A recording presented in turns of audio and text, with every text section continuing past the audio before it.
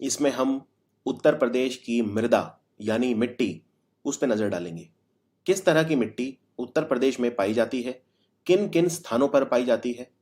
और इसको समझना इसलिए ज़रूरी है क्योंकि जब हम कृषि पढ़ेंगे कि उत्तर प्रदेश में किस तरह की फसलें होती हैं और कहाँ कहाँ होती हैं, उसको समझने में बड़ी आसानी हो जाएगी अगर आपको एक बार मिट्टी का स्वभाव पता चल जाए। ये भूगोल का एक हिस्सा है, मिट्टी, मृदा, कृषि इत्यादि। तो शुरू करते हैं वीडियो। ये है लेक्चर नंबर 21। जब ये वीडियो खत्म होगा तो इसमें मैं आपको कुछ अभ्यास कराऊंगा, जो क्वेश्चंस हैं उसका भी। इस वीडियो के एंड में 5 मिनट के लिए हम जो पिछले पेपरों में आए हुए क्वेश्चन हैं उनको भी डिस्कस करेंगे। ये है भारत का नक्शा। पूरे भारत में कौन सी मिट्टी किस जगह पाई जाती है ये वो दिखाता है। इसमें आप देख सकते हैं कि उत्तर प्रदेश में ये जो यहाँ पे हल्का हरा रंग है तो ये अलूवियल सॉइल है। यानी अलूवियल का मतलब होता है जलोढ़ मृदा, जल ओढ़ मृदा। नाम से ही पता चल रहा है जल ओढ़। ये वो मिट्टी है, वो मृदा है जो नदियां अपने साथ लेकर आती हैं। यानी कि अगर सवाल आए उत्तर प्रदेश में सबसे ज्यादा मृदा कौन सी पाई जाती है तो आंसर है जलोढ़ मृदा। और जलोढ़ मृदा के बारे में खास बात क्या है, इसमें कुछ तत्व पाए जाते हैं जिन्हें बोलते हैं जलोढ़क। इन्हें अंग्रेजी में अलूवियम बोला जाता है, अलूवियम। और जिस मिट्टी में अलूवियम होता है उसे बोलते हैं अलूवियल मिट्टी, यानी कि जलोढ़ मृदा। तो अलूवियम को बोलते हैं जलोढ़क। इसे जल अपने साथ ओढ़ के ले आया, ये समझ लो। ये उस मृदा को कहते हैं जो बहते हुए जल द्वारा बहाकर लाई और कहीं अन्यत्र जमा की गई हो। यह जो मिट्टी है ये भुरभुरी अथवा ढीली होती है, अर्थात इसके कण आपस में सख्ती से बंधकर कोई ठोस शैल नहीं बनाते। जलोढ़क से भरी मिट्टी को ही जलोढ़ मृदा कहा जाता है। जलोढ़ मिट्टी प्राय विभिन्न प्रकार के पदार्थों से मिलकर बनी होती है, जिसमें गाद यानी सिल्ट बोलते हैं जिसे, सिल्ट तथा मृत्तिका के महीन कण, बहुत ही छोटे छोटे कण, तथा बालू तथा बजरी के अपेक्षाकृत बड़े कण भी होते हैं। यानी कि इसमें बालू होती है, बजरी होती है, मृत्तिका के महीन कण होते हैं और गाद जिसे सिल्ट बोलते हैं वो भी होती है। तो अलूवियल सॉइल में ये सारी चीजें होती है। यहां पे आप देख सकते हो ये जो नदी है ये बह रही है और इसके साइड में जो मिट्टी आप देख रहे हो डिपॉजिट हो गई है, ये है अलूवियल मिट्टी, अलूवियल सॉइल या जलोढ़ मृदा। अब उत्तर प्रदेश में बहुत जरूरी है हमें कि ये देखना कि जो नदियां हैं, नदियां हम पढ़ चुके हैं, चाहे वो गंगा हो, यमुना हो, राप्ती हो, रामगंगा हो, कुछ बेसिन अपवा तंत्र, कुछ ना कुछ चंबल, बेतवा, इनका भी उत्तर प्रदेश में लगता है। कैन है, सोन है इत्यादि बहुत सारी नदियां हैं। नेपाल से आने वाली नदियां हैं, चाहे घाघरा, कोसी, गंडक इत्यादि। तो ये जो नदियां हैं ये आपस में अपना अपना दोआब का क्षेत्र बनाती हैं। दो नदियों के बीच का जो एरिया है उसे दोआब बोलते हैं। और वही कंसेप्ट जो हमने पहले पढ़े थे कि उत्तर प्रदेश के उत्तर में है तराई और भाबर का एरिया, बीच में है गंगा मैदान का एरिया और दक्षिण में है दक्षिण पठारी एरिया, यानी ललितपुर, झांसी, महोबा, बांदा, चित्रकूट, इलाहाबाद, मिर्जापुर, सोनभद्र, ये सब पठारी क्षेत्र है इसका दक्षिण इलाका। और बीच का है गंगा मैदान का इलाका। तो उससे बहुत फर्क पड़ता है। अगर एक बार हमने भूगोल का जो फिजिकल फीचर है जो अच्छे से समझ लिए तो मिट्टी समझना बहुत आसान हो जाता है। सबसे पहले अगर मैं बात करूं तो हम डेफिनेशन देखते हैं कि मिट्टी बोलते किसे हैं, यानी मृदा किसे बोलते हैं। मृदा या मिट्टी धरती की ऊपरी सतह पर मिलने वाले असंगठित पदार्थों की ऊपरी परत है जो चट्टानों के विखंडन एवं वियोजन तथा वनस्पतियों के अवसादों के योग से बनती है। कहने का मतलब यह है जब चट्टान टूटती है तो मिट्टी बनती है। इसको अंग्रेजी में बोलते हैं वेदरिंग ऑफ रॉक्स। रॉक मतलब चट्टान, वेदरिंग ऑफ रॉक से बनती है मिट्टी, यानी चट्टानों के विखंडन एवं वियोजन से बनती है मृदा। वनस्पतियों के अवसादों के योग से भी बनती है मृदा। किसी भी क्षेत्र की मृदाएं पैतृक पदार्थ यानी चट्टान, जो इसका मेन जो प्रिकर्सर है, पैतृक पदार्थ है चट्टान, जलवायु दशाएं, वर्षा, तापमान, ढाल की तीव्रता, वनस्पति और समय दीर्घकालिक है या अल्पकालिक, उस पर निर्भर करती है कि किसी भी क्षेत्र में कौन सी मृदा है। मैं आपको बता दूं कि मिट्टी बनने के कई तरीके होते हैं। अब ये चट्टानें टूटती क्यों हैं, इसके भी कई सारे रीजन हैं।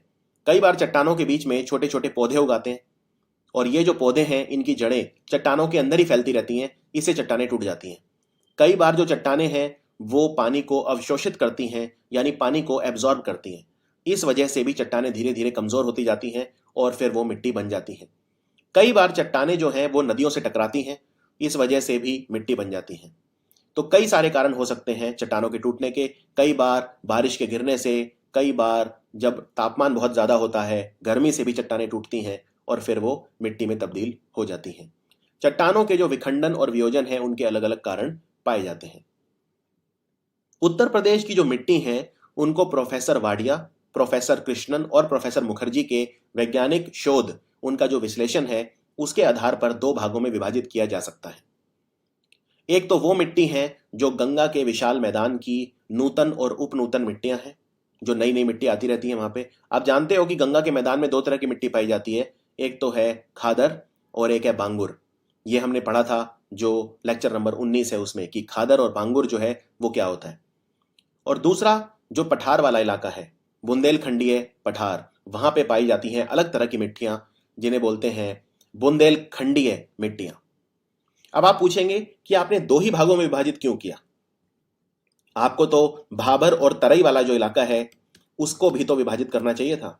बिल्कुल ठीक है, लेकिन आप जानते हो कि जो भाबर है, भाबर में तो कंकड़ होते हैं बहुत ज्यादा, यहाँ पे कृषि नहीं होती है और यहाँ पे जो मिट्टी है वो डिपॉजिट नहीं होती है। यहाँ पे जो बड़े बड़े पत्थर होते हैं, तो जो मिट्टी है वो नदी के अंदर ही रहती है। तराई है जहाँ पे पहली बार जो मिट्टी है वो नदी डिपॉजिट करती है। तो इसलिए हमने इसको अलग से नहीं पढ़ा है। तो इसलिए हम सिर्फ गंगा के विशाल मैदान की नूतन और उपनूतन मिट्टियां और दक्षिण पठार की प्राचीन, रवेदार और विंध्यन शैलीय या बुंदेलखंडीय मिट्टियां पढ़ेंगे। सबसे पहले पढ़ते हैं गंगा के विशाल मैदान की मृदाएं। गंगा का जो विशाल मैदान है ये मध्य में है उत्तर प्रदेश के पूरे। सबसे बड़ा जो भाग है उत्तर प्रदेश का वो है गंगा का विशाल मैदान। इस क्षेत्र की लगभग संपूर्ण मृदा को दो वर्गों में विभाजित किया जा सकता है, दो भागों में बांट सकते हैं। एक तो है बांगर यानी पुरानी जलोढ़ मृदा, जिसे आप प्राचीन कॉप मिट्टी भी बोल सकते हो, बांगर या पुरानी जलोढ़ मृदा। और दूसरी है खादर या नवीन जलोढ़ मृदा। हमने देखा था कि बांगर और खादर में फर्क क्या होता है। ये एक नदी है, ये दूसरी नदी है, इनके जो बीच का ये उठा हुआ इलाका है, जनरली यहाँ पे ये पाई जाती है बांगर। तो ये उठा हुआ इलाका होता है रिलेटिवली, यहाँ पे नदी का पानी पहुंचता नहीं है। और जो फ्लडेड एरिया होता है, जहाँ पे नदी का पानी पहुंचता है, उस एरिया को फ्लड कर लेता है, पानी से अपर्दन हो जाता है मिट्टी का, यानी सॉइल इरोजन हो जाता है। सॉइल इरोजन होगा तो नई सॉइल आएगी, तो हर बार नई सॉइल आती है यहाँ पे, हर साल फ्लड होते हैं क्योंकि हर साल नई मिट्टी आती है। तो यही जो मिट्टी का चर्निंग होती है मिट्टी की, यानी नई मिट्टी आना और पुरानी मिट्टी जाना, इससे मिट्टी का जो उपजाऊपन है वो बना रहता है, मिट्टी की उर्वरा शक्ति बहुत ज्यादा होती है। तो प्राचीनतम कॉप मिट्टी क्षेत्रों को बोलते हैं बांगर और नवीन कॉप मिट्टी क्षेत्रों को बोलते हैं खादर। बांगर मिट्टी जो है, जो बांगर मिट्टी, जो परिपक्व बांगर मिट्टी है, उसमें फास्फोरस और चूने की पर्याप्त मात्रा पाई जाती है।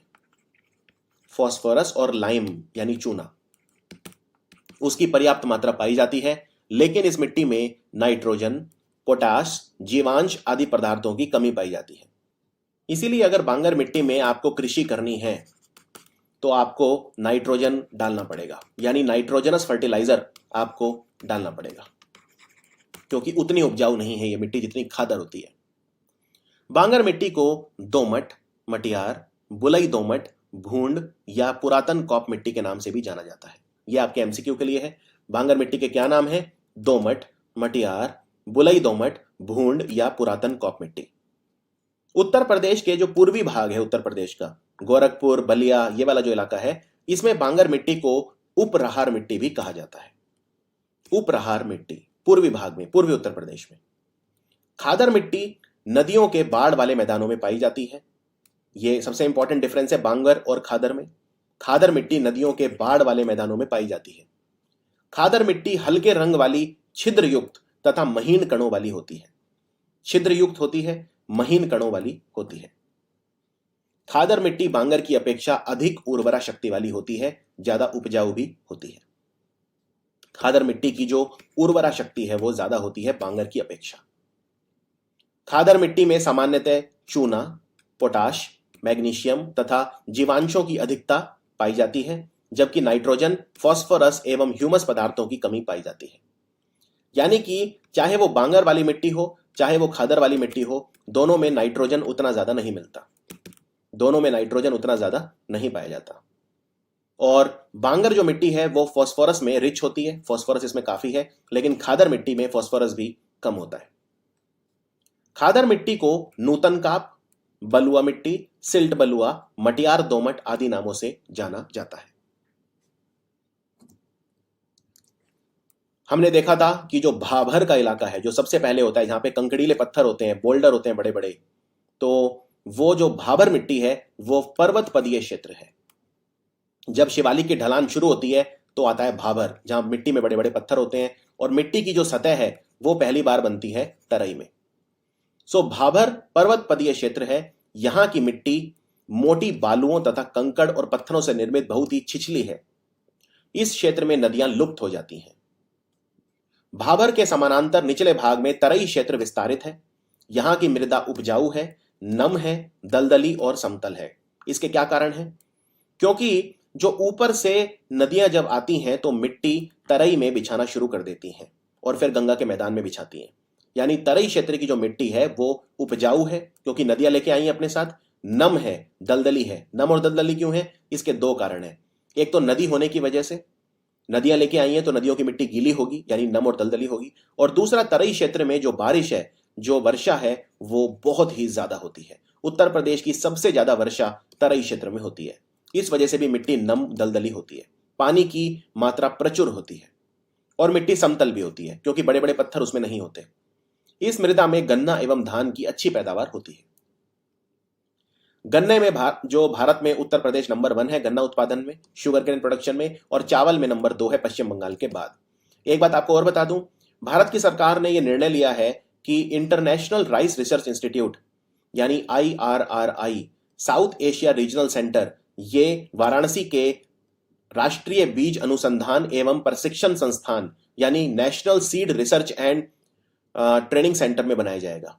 क्या बनाया जाएगा? वाराणसी के national seed research and training centre में इंटरनेशनल राइस रिसर्च इंस्टीट्यूट का साउथ एशिया रीजनल सेंटर यह बनाया जाएगा। यहां पे चावल की खेती पर शोध होगा, चावल पर अनुसंधान होगा, रिसर्च होगा, ये सब एक्टिविटीज की जाएंगी। उत्तर प्रदेश की गंगा यमुना दोआब एवं गंगा रामगंगा दोआब क्षेत्रों में जलोढ़ एवं कॉप मिट्टी का विस्तार है। और उत्तर प्रदेश में जलोढ़ मृदा जो है वो सबसे ज्यादा पाई जाती है, सर्वाधिक क्षेत्र पर पाई जाती है। जैसा हमने मैप में भी देखा था, अलोवियल सॉइल सबसे ज्यादा पाई जाती है। उत्तर प्रदेश में दोमट एवं बुलई मिट्टी को क्षेत्रीय भाषा में सिकटा, करियाल या धनका भी कहते हैं। यह आपके MCQ के लिए। दोमट एवं बुलई मिट्टी को क्षेत्रीय भाषा में सिकटा, करियाल एवं धनका भी कहते हैं। गंगा यमुना तथा उनकी सहायक नदियों के बाढ़ वाले क्षेत्रों में प्लीस्टोसीन युग में निर्मित बुलई मिट्टी के 10 से 12 फीट ऊंचे टीलों को भूड़ कहते हैं। यह भी इंपॉर्टेंट है। गंगा यमुना का जो फ्लड वाला प्लेन है, जहां पे गंगा यमुना की वजह से जो गंगा यमुना का जो बाढ़ वाला क्षेत्र है, फ्लड जहां पे आती है, बाढ़ आती है, वहां पे प्लीस्टोसीन जो युग है, वहां से लगातार मिट्टी के 10 से 12 फीट ऊंचे टीले हैं, इन्हें कहा जाता है भूड़। तो ये हमने देखा गंगा के मैदान की मिट्टियां। अब हम बात करते हैं बुंदेलखंड की मृदा, यानी कि जो पठार क्षेत्र है दक्षिण का, उसमें कौन कौन सी मिट्टी पाई जाती है। उत्तर प्रदेश के दक्षिणी पठार की मिट्टियों को बुंदेलखंडीय मिट्टी भी बोलते हैं। क्या बुंदेलखंडीय मिट्टी में आप नमी पाएंगे? क्या यहां पे दलदल होगा? नहीं। बुंदेलखंड में बारिश बहुत कम होती है, बुंदेलखंड में तापमान बहुत ज्यादा रहता है क्योंकि कर्क रेखा के पास है, तो यहां की जो मिट्टी है वो रिलेटिवली शुष्क होती है। यहां पे कौन कौन सी मिट्टियां पाई जाती हैं बुंदेलखंड में? भोंटा, मार्ड या मार जिसे बोलते हैं, कावड़, पड़वा जिसे परवा भी बोलते हैं, राकड़ आदि मिट्टियां यहां पे पाई जाती हैं। आपको इनके डिटेल में नहीं जाना, सिर्फ आपको नाम याद रखने हैं क्योंकि क्वेश्चन ऐसे आता है कि इनमें से कौन सी मिट्टी बुंदेलखंड में पाई जाती है, तो 4 ऑप्शन दे देंगे। तो आप अगर बुंदेलखंड की पूछ रहे हैं तो खादर, बांगर वगैरह ये सब बुंदेलखंड में नहीं है, तो आप इसमें भोंटा, मार्ड, मार, कावड़, पड़वा, राकड़ आदि मिट्टियां ये अपने विकल्पों में खोजेंगे और फिर उस हिसाब से आंसर मार्क करेंगे। एक और बहुत इंपॉर्टेंट बात है कि उत्तर प्रदेश का जो पठारी क्षेत्र है वहां पे दो तरह की मिट्टी विशेष रूप से मिलती है। एक तो काली मिट्टी। काली मिट्टी पूरे भारत में कपास के लिए अच्छी होती है, इसे रेगुर बोलते हैं। यह बहुत इंपॉर्टेंट क्वेश्चन है कि काली मिट्टी का दूसरा नाम क्या है। इसे रेगुर बोला जाता है, रेगुर। इसमें कपास यानी जो रुई है, कॉटन, वो काफी अच्छी उगती है। काली मृदा जो है इसे करेल कपास अथवा रेगुर आदि नामों से भी जाना जाता है। करेल कपास इसलिए क्योंकि इसमें कपास की खेती बहुत ज्यादा होती है। और इसके अलावा बुंदेलखंडीय मृदा जो है वहां पे लाल मिट्टी भी होती है, लेकिन लाल मिट्टी पाई जाती है जो बागेलखंड वाला इलाका है। बुंदेलखंड का ही एक विस्तार है बागेलखंड, जो मिर्जापुर और सोनभद्र में मिलता है। दक्षिण पठारी क्षेत्र मिर्जापुर और सोनभद्र। तो मिर्जापुर और सोनभद्र में कौन सी मिट्टी मिलती है? लाल मिट्टी विशेष रूप से। उत्तर प्रदेश के जालौन, झांसी, ललितपुर और हमीरपुर, यानी बुंदेलखंड वाला इलाका है ये, झांसी, ललितपुर, हमीरपुर, इनमें काली मृदा का विस्तार होने के कारण यहां पे चना, गेहूं, अरहर और तिलहन प्रमुख उपजे हैं।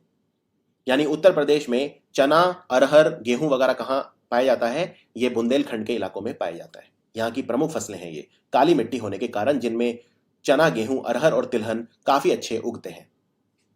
एक और बहुत इंपॉर्टेंट मिट्टी है यहाँ पे जिसे बोलते हैं भोंटा। भोंटा मिट्टी जो है ये विंध्य पर्वतीय क्षेत्रों में पाई जाती है। विंध्य पर्वतीय क्षेत्र जो है, ये जो विंध्या पर्वत श्रेणी है मध्य प्रदेश में, उसका विस्तार है जो उत्तर प्रदेश में है। विंध्या पर्वत का जो विस्तार उत्तर प्रदेश में है उसे बोलते हैं कैमूर के पहाड़। कैमूर यानी जो सोनभद्र वगैरह में जो पहाड़ हैं उनमें विंध्या पर्वत श्रेणी का जो हिस्सा है उसे कैमूर भी कहा जाता है। यहां पे मिलती है भोंटा मिट्टी। इसके अलावा बुंदेलखंड में एक माड़ या मार मिट्टी भी मिलती है। इसके बारे में थोड़ा जान लेते हैं। माड़ या मार मिट्टी काली मिट्टी या रेगुर मिट्टी के समान चिकनी होती है। काली मिट्टी जिसको रेगुर भी बोलते हैं या केरल कपास भी बोलते हैं, उसके समान ही चिकनी होती है। माड़ या मार मिट्टी में सिलिकेट लोहा यानी कि आयरन और एल्यूमिनियम खनिज पदार्थ पाए जाते हैं। मांट मिट्टी एक मांट मिट्टी होती है, यह उत्तर प्रदेश के पूर्वी क्षेत्रों में पाई जाती है। इस मिट्टी में चूना अधिक होता है। चूना मतलब लाइम, लाइम की मात्रा काफी होती है। तो एक टेबल में फटाफट देख लेते हैं नाम। ये है उत्तर प्रदेश की मृदाएं और ये हैं इनके स्थानीय नाम। खादर, खादर हम देख चुके हैं, बहुत ही उपजाऊ मिट्टी होती है खादर, जो बाढ़ वाले क्षेत्र हैं नदियों के उसमें पाई जाती है। तो खादर में इसे हम नवीन जलोढ़, कछारी, दोमट मटियार, सिल्ट या बलुआ भी बोलते हैं। याद रखिए, दोमट मटियार खादर को भी बोलते हैं और बांगर को भी बोलते हैं। तो और बांगर को क्या बोलते हैं? पुरानी जलोढ़, उपहार मृदा, दोमट मटियार, बुलई दोमट। समझ में आया आपको? बुलई दोमट, ये सारे नाम है खादर और बांगर के। इसके अलावा ऊसर भूमि, ऊसर भूमि जो ऊसर मृदा है दो तरह की होती है, लवणीय और क्षारीय। इसके नाम है रेहे, बंजर तथा कल्लर। ऊसर भूमि। बुलई मिट्टी, इसको भूड़ बोलते हैं। ये ऊंचे टीलों वाली मिट्टी है, ऊंचे ऊंचे टीले जो बनते हैं, भूड़। काली मृदा को करेल कपास या रेगुर कपास मृदा, ये सब उनके नाम हैं। बुंदेलखंड क्षेत्र की जो मिट्टियां हैं ये हैं लाल मृदा, परवा पड़वा, माड़ या मार, राकड़ मृदा या भोंटा मृदा। ये सब बहुत ही ज्यादा इंपॉर्टेंट है। पड़वा मिट्टी के बारे में थोड़ा देख लेते हैं। पड़वा और राकड़ क्या है? तो पड़वा जो मिट्टी है जिसे परवा भी बोलते हैं, परवा मिट्टी उत्तर प्रदेश के हमीरपुर, जालौन और यमुना नदी के ऊपरी जिलों में पाई जाती है, यानी बुंदेलखंड में ही पाई जाती है। पड़वा मिट्टी हल्के लाल रंग की होती है। मिट्टी का जो लाल रंग है वो लोहे के कारण होता है। लोहा जो है अपनी आयरन ऑक्साइड्स बनाता है, उसके कारण मिट्टी का रंग है वो लाल होता है। राकड़ मिट्टी उत्तर प्रदेश के दक्षिण पर्वतीय एवं पठारी ढलानों पर पाई जाने वाली मिट्टी है। तो बुंदेलखंड के जो पठार हैं उनमें ढलानों पर पाई जाती है राकड़ मिट्टी।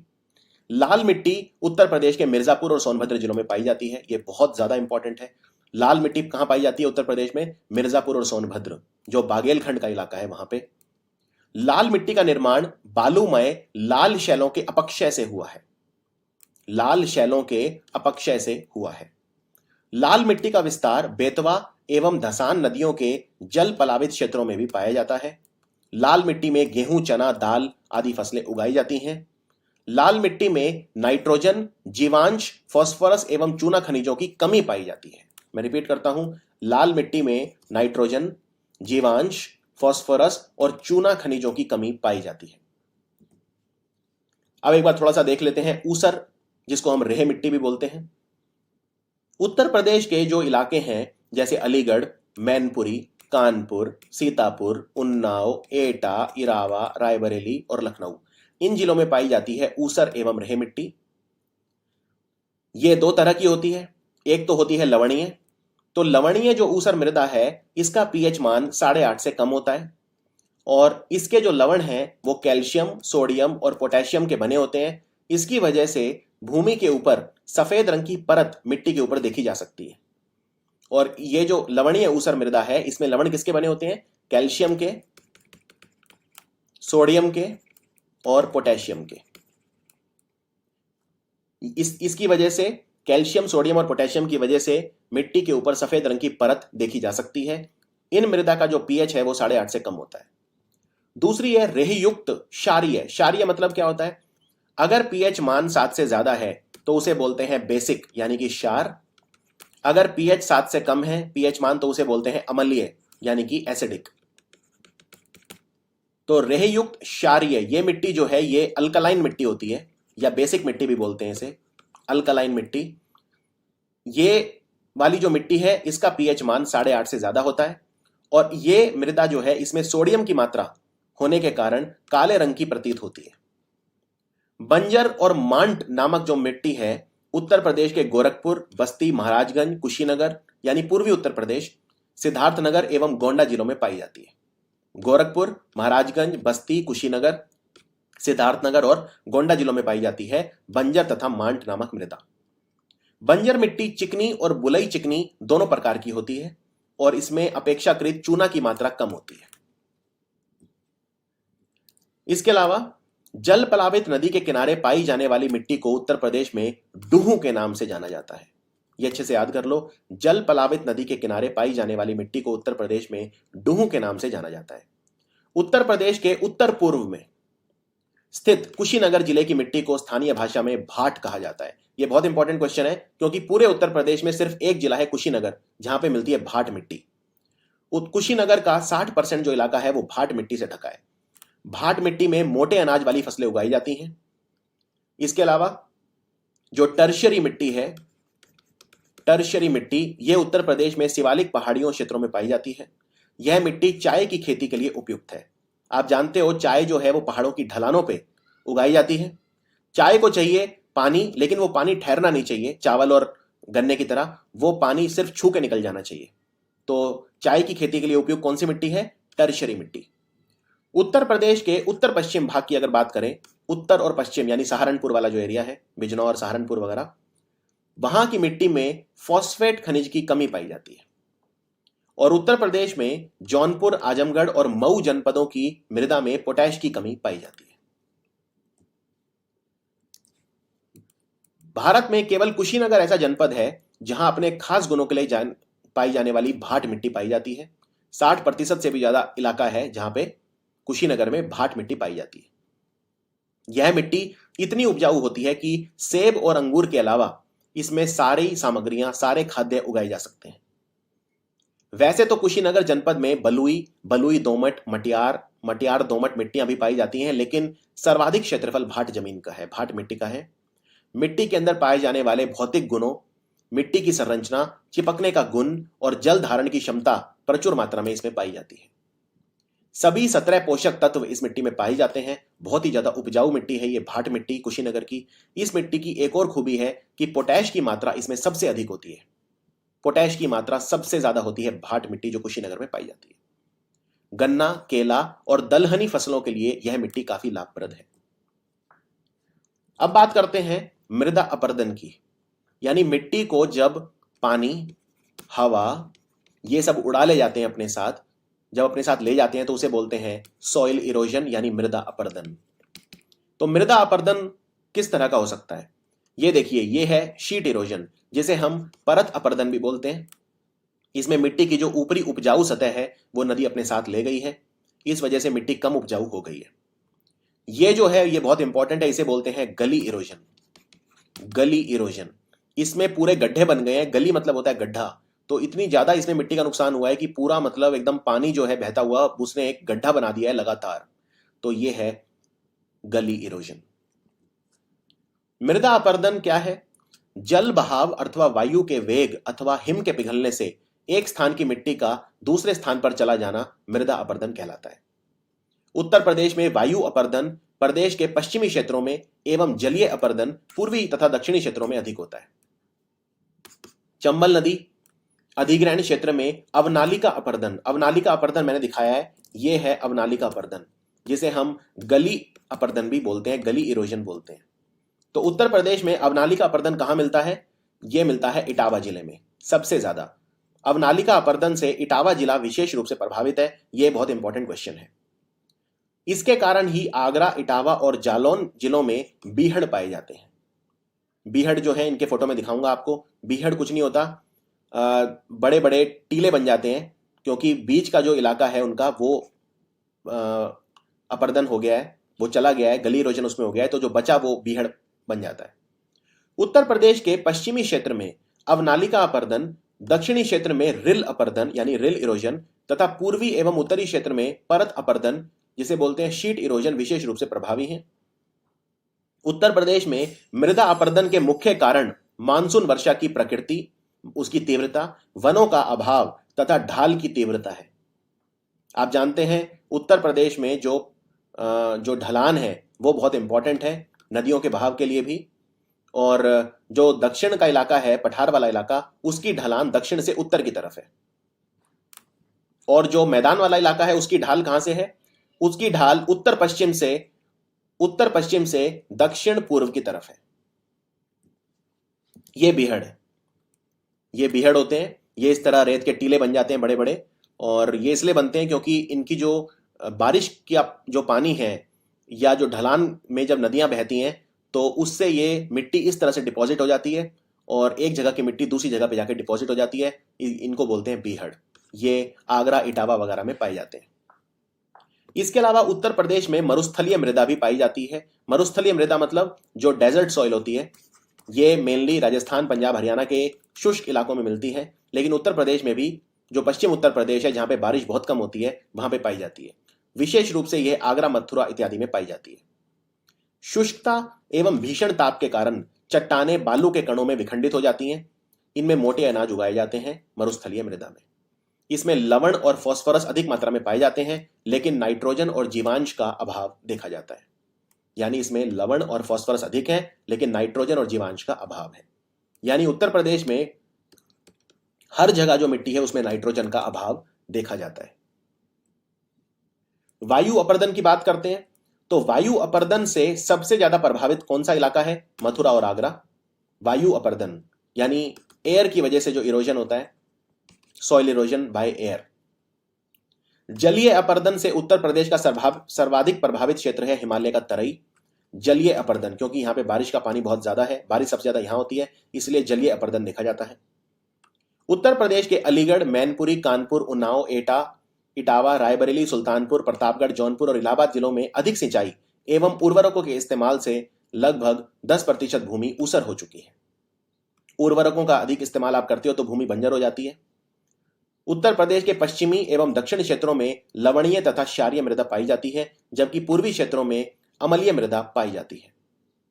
उत्तर प्रदेश में कुल बंजर भूमि लगभग 10,988 वर्ग किलोमीटर के क्षेत्र में विस्तृत है, जो कि उत्तर प्रदेश के क्षेत्रफल का लगभग 4.5% है।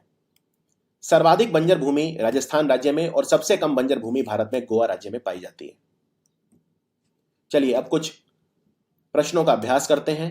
भूगोल के हमने 3 लेक्चर हो गए हैं हमारे अब तक, लेक्चर नंबर 19, 20 और 21, और इसमें हम जो क्वेश्चन है उनको देखते हैं। दक्षिण के पठार की सामान्य ऊंचाई कितनी है? बुंदेलखंडीय पठार, इसकी ऊंचाई कितनी है? 300 मीटर, 300 मीटर के आसपास। हालांकि सोनभद्र, मिर्जापुर वगैरह में कुछ पहाड़ियां हैं जो 600 मीटर तक हो सकती हैं, लेकिन सामान्य तौर पर पठार की ऊंचाई 300 मीटर के आसपास है। दक्षिण के पठार की उत्तरी सीमा निम्नलिखित में से किस नदी द्वारा निर्धारित है? दक्षिण का जो पठार है उसकी उत्तरी सीमा कौन बनाता है? तो ये बनाती हैं गंगा और यमुना। गंगा और यमुना इसकी उत्तरी सीमा बनाती है। उत्तर प्रदेश के किस जिले में लाल मिट्टी पाई जाती है? लाल मिट्टी मैंने बताया था मिर्जापुर और सोनभद्र में पाई जाती है। ये वो सवाल है जो एग्जाम में आ चुके हैं। निम्नलिखित में से कौन गंगा यमुना के मैदान का उपविभाग नहीं है? कौन सा दोआब क्षेत्र है जो गंगा यमुना का नहीं है? गंगा गोमती बिल्कुल है, क्योंकि गोमती गंगा में ही मिल जाती है। घाघरा चंबल, गंगा यमुना तो है ही, गंगा और घाघरा ये भी है। घाघरा और चंबल दोआब नहीं है। घाघरा और चंबल दोआब ये गंगा यमुना का उपविभाग नहीं है। निम्नलिखित में से कौन खादर मिट्टी की विशेषता नहीं है? खादर मिट्टी की बात हो रही है यहाँ पे, ठीक है। खादर मिट्टी समझ गए आप, गंगा के मैदान में जो मिलती है, नवीन कॉप जिसे बोलते हैं। यह नदियों के बाढ़ के मैदान में मिलती है, बिल्कुल ये तो ठीक है। इसमें जल धारण की क्षमता अधिक होती है, यस होती है। इस मिट्टी में उर्वरा शक्ति काफी कम होती है, नहीं ये गलत है। इस मिट्टी में उर्वरा शक्ति बहुत ज्यादा होती है। इस मिट्टी में चूना, पोटैश, मैग्नीशियम तथा जीवांशों की मात्रा अधिक होती है, ये भी ठीक है। उत्तर प्रदेश की भूगर्भिक संरचना के संबंध में निम्नलिखित में से कौन सा कथन सत्य है? यह प्राचीनतम गोंडवाना लैंड महाद्वीप का भूभाग है। क्या उत्तर प्रदेश गोंडवाना लैंड से बना था कि अंगारा लैंड से? यह बना था गोंडवाना लैंड से, तो ये ठीक है। दक्षिण का जो पठारी भाग है उसका निर्माण प्री कैम्ब्रियन यानी पूर्व कैम्ब्रियन युग में हुआ, यह भी ठीक है। और ये अच्छे से याद कर लो कि पठारी भाग जो है वो बना था पूर्व कैम्ब्रियन इरा में, यानी प्री कैम्ब्रियन युग में। बुंदेलखंड में मिलने वाली नीच चट्टानों में कई प्रकार के खनिज पाए जाते हैं, यह भी ठीक है। तो आंसर है उपयुक्त सभी ठीक है। निम्नलिखित में से कौन सा उत्तर प्रदेश का प्राकृतिक भाग नहीं है? तराई का प्रदेश, गंगा का मैदान, उत्तर का पर्वतीय प्रदेश या दक्षिण का पठारी प्रदेश? तो ये इसमें उत्तर का पर्वतीय प्रदेश। उत्तर का पर्वतीय प्रदेश ये उत्तराखंड, हिमाचल, कश्मीर वगैरह में है। उत्तर प्रदेश में पर्वतीय इलाका नहीं है। वहां तराई का प्रदेश जरूर है, भाबर और तराई का प्रदेश है, गंगा का मैदान है और दक्षिण का पठार है, लेकिन पर्वतीय इलाका उत्तर प्रदेश में नहीं है। गंगा के मैदानी भाग में कौन सी मिट्टी पाई जाती है? कॉप मिट्टी, लाल मिट्टी, काली मिट्टी, लाल और काली। लाल और काली बुंदेलखंड में पाई जाती है, बुंदेलखंड बागेलखंड का जो इलाका है उसमें पाई जाती है, दक्षिण पठारी क्षेत्र में पाई जाती है। तो आंसर है कॉप मिट्टी। गंगा के मैदान में कॉप मिट्टी पाई जाती है, दो तरह की, बांगर और खादर। पुरानी कॉप मिट्टी होती है बांगर और नई कॉप मिट्टी होती है खादर। बांगर क्षेत्र में मिलने वाली मिट्टी को निम्नलिखित में से किस नाम से नहीं जाना जाता? बांगर मिट्टी की बात हो रही है, यानी प्राचीनतम कॉप मिट्टी की बात हो रही है। दोमट मटियार, बलुई दोमट, मटियार दोमट या रेगुर? आंसर है रेगुर। रेगुर बोलते हैं काली मिट्टी को, जो बुंदेलखंड में पाई जाती है। निम्नलिखित में से कौन दक्षिण के पठार भाग की विशेषता नहीं है? अब ये आसान हो जाएगा। दक्षिण का पठार जो उत्तर प्रदेश का है उसकी क्या विशेषता नहीं है? इसकी उत्तरी सीमा गंगा एवं यमुना नदियों द्वारा निर्धारित है, यह बिल्कुल ठीक है। इसकी जो उत्तरी सीमा है वहां गंगा और यमुना बहती है। चंबल, केन, बेतवा, सोन और टॉन्स इस क्षेत्र की प्रमुख नदियां हैं। चंबल, केन, बेतवा, सोन और टॉन्स ये सारी नदियां जो हैं ये दक्षिण से उत्तर की तरफ आती हैं, तो ये बिल्कुल ठीक है। इस क्षेत्र में समतल भूमि वाला भाग ही कृषि कार्य के लिए उपयुक्त है, ये भी ठीक है, क्योंकि वैसे तो इसमें पठार वाला एरिया है तो काफी कम कृषि हो पाती है इसमें। इस क्षेत्र के पठारों की औसत ऊंचाई 800 मीटर से अधिक है, नहीं, इस क्षेत्र की ऊंचाई जो है वो 300 मीटर के आसपास है, तो डी गलत है इसमें। उत्तर प्रदेश के किस भाग में मिश्रित लाल तथा काली मिट्टी पाई जाती है? मिश्रित लाल और काली मिट्टी कहां पाई जाती है? दक्षिण के पठारी प्रदेश में। गंगा का मैदानी प्रदेश किसके द्वारा निर्मित है? गंगा का मैदान कौन बनाता है? कॉप मिट्टी, जल और मृदा। निम्नलिखित में से कौन गंगा के मैदान का भाग है? बांगर, खादर, बांगर तथा खादर दोनों या इनमें से कोई नहीं? तो आप जानते हैं गंगा का मैदान बांगर और खादर मिलकर बनाते हैं, तो आंसर है बांगर और खादर। उत्तर प्रदेश के दक्षिण में जो स्थित पठारी भाग है वो क्या कहलाता है? बुंदेलखंड का पठार, विंध्या का पठार, बागेलखंड का पठार या इनमें से कोई नहीं? तो इसमें सबसे उपयुक्त आंसर है बुंदेलखंड का पठार। इसे बुंदेलखंड का पठार भी बोलते हैं, और बघेलखंड का पठार इसका एक विस्तार है पूर्व की तरफ। उत्तर प्रदेश के दक्षिण के पठारी क्षेत्र का क्षेत्रफल कितना है? जो सदर्न उत्तर प्रदेश है, प्लेट्यू है जो पठारी, उसका क्षेत्रफल कितना है? 45,200 वर्ग किलोमीटर है। ये काफी इंपॉर्टेंट क्वेश्चन है। इनमें से तराई क्षेत्र की विशेषता क्या नहीं है? तराई क्षेत्र की बात हो रही है, अब भाबर के बाद होता है तराई, यानी सबसे उत्तर प्रदेश की बात हो रही है, सबसे उत्तरी। यहां कंकरीली तथा पथरीली मिट्टी पाई जाती है। हाँ, थोड़ी सी पाई जाती है, उतनी कंकरीली और पथरीली नहीं होती जितनी भाबर में होती है, लेकिन हाँ कंकरीली और पथरीली होती है। यहाँ दलदली मैदान मिलते हैं, बिल्कुल, यहाँ की मिट्टी नमी और दलदल वाली होती है क्योंकि बारिश बहुत ज्यादा होती है।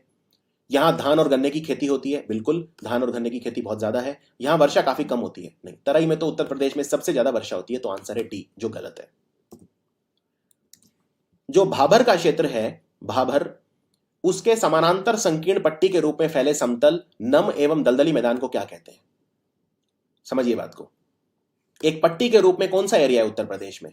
पट्टी के रूप में, समझ गए होंगे आप, जो नेपाल के बॉर्डर से लगता है पट्टी रूप में, तराई का क्षेत्र। तो भाबर क्षेत्र के समानांतर, भाबर के साथ साथ, भाबर के बाद दक्षिण में जो तराई क्षेत्र है ये समतल है, नम है और दलदली मिट्टी है, तो ये तराई का क्षेत्र है। तराई का जो क्षेत्र है उसका विस्तार सहारनपुर से लेकर पूर्व में किस जनपद तक है? तराई क्षेत्र का जो विस्तार है ये देवरिया तक है, देवरिया तक है। वैसे कुशीनगर, महाराजगंज, जो भी आपको रेलेवेंट ऑप्शन में लगे आप मार्क कर सकते हो, लेकिन बहराइच, गोंडा और बस्ती तो बिल्कुल नहीं होंगे। तो देवरिया, महाराजगंज जो इस एरिया में है यहां तक है, और वहां से सहारनपुर से लेके ये पूरा एक पट्टी के रूप में तराई क्षेत्र फैला हुआ है। सो ये था उत्तर प्रदेश का भूगोल लेक्चर नंबर 21।